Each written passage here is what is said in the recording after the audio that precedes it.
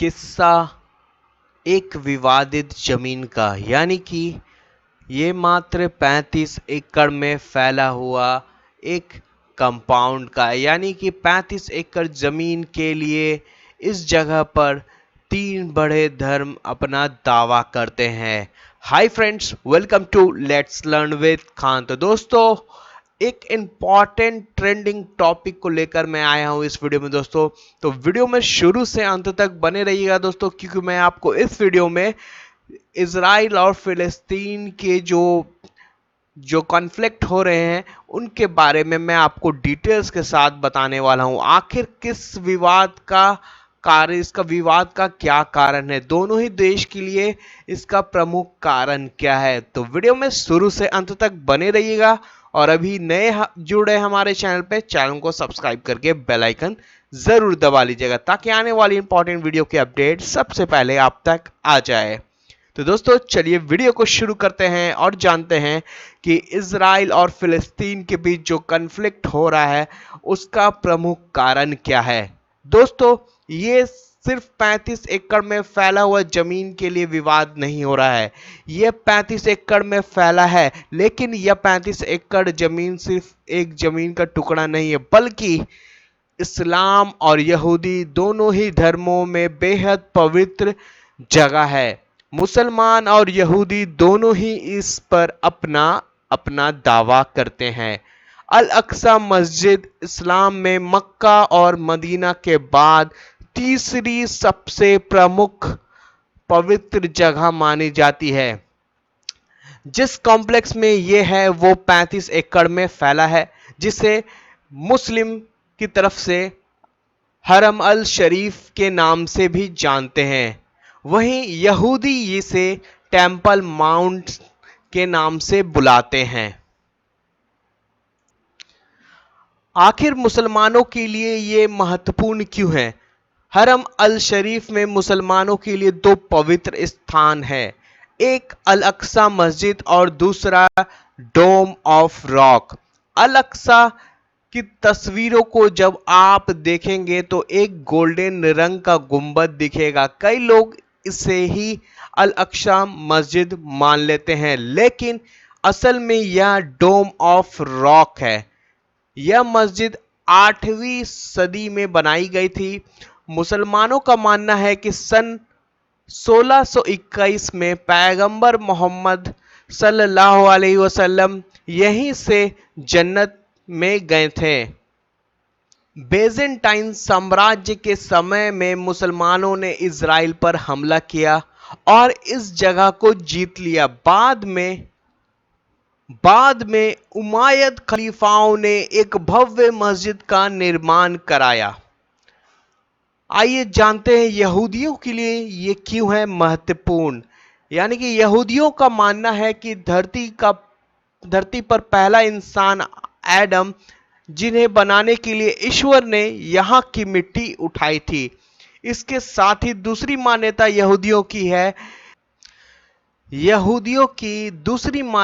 है कि यहूदियों के पहले पैगंबर अब्राहम को ईश्वर ने आदेश दिया कि वो अपने प्रिय बेटे यानी कि इसहाक को बलि दे। इसके लिए अब्राहम इसहाक को लेकर ईश्वर की बताई जगह पर पहुंचे, लेकिन बलि देने से पहले ही ईश्वर ने एक देवदूत को भेजा, यानी कि फरिश्ता को भेजा, और अब्राहम को श्रद्धा से खुश होकर इसहाक को बकशने को कहा। इसकी जगह पर ईश्वर ने वहां मौजूद एक भेड़ की बलि चढ़ाने को कहा। यहूदियों का मानना है कि यह घटना उसी टेम्पल माउंट पर हुई है। इजराइल के राजा किंग सोलोमन ने यहां एक भव्य मंदिर बनवाया, जिसे यहूदी फर्स्ट टेम्पल कहते हैं। बाद में बेबीलोनियन सभ्यता के लोगों ने इसे तोड़ दिया। 1516 ईसा पूर्व में यहूदियों ने दोबारा फिर इस जगह पर मंदिर बनाया। इसी मंदिर में पवित्र से पवित्र, यानी कि पवित्र से भी पवित्र नाम की एक जगह थी, जहां आम लोगों का जाना वर्जित था। यहाँ सिर्फ यहूदी पुजारी जा सकते थे। सन 70 में रोमन साम्राज्य के समय इसे भी तोड़ दिया गया था। मंदिर का दीवार का एक बाहरी हिस्सा बचा है जिसे पश्चिमी दीवार या वेस्टर्न वॉल भी कहते हैं, क्योंकि प्राचीन समय में पवित्र से भी पवित्र जगह में आम यहूदियों को जाने की इजाजत नहीं थी।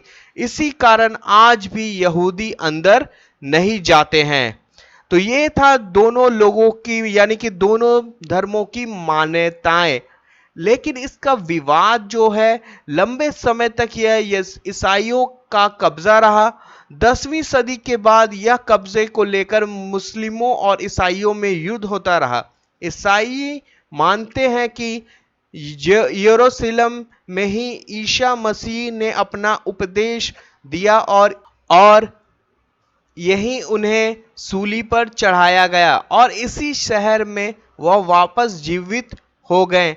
दूसरे विश्व युद्ध के बाद साल 1948 में इजराइल का गठन हुआ, उसी जगह जिसे फिलिस्तीन के नाम से जाना जाता था। बाद में संयुक्त राष्ट्र की देखरेख में पार्टीशन रेजोल्यूशन बना जिसमें प्रस्ताव दिया गया कि फिलिस्तीन को 2 हिस्सों में बांट दिया जाए। यरूशलेम पर अंतर्राष्ट्रीय कंट्रोल होगा जिसकी देखरेख यूएन करेगी। मुस्लिम इसके लिए तैयार नहीं थे।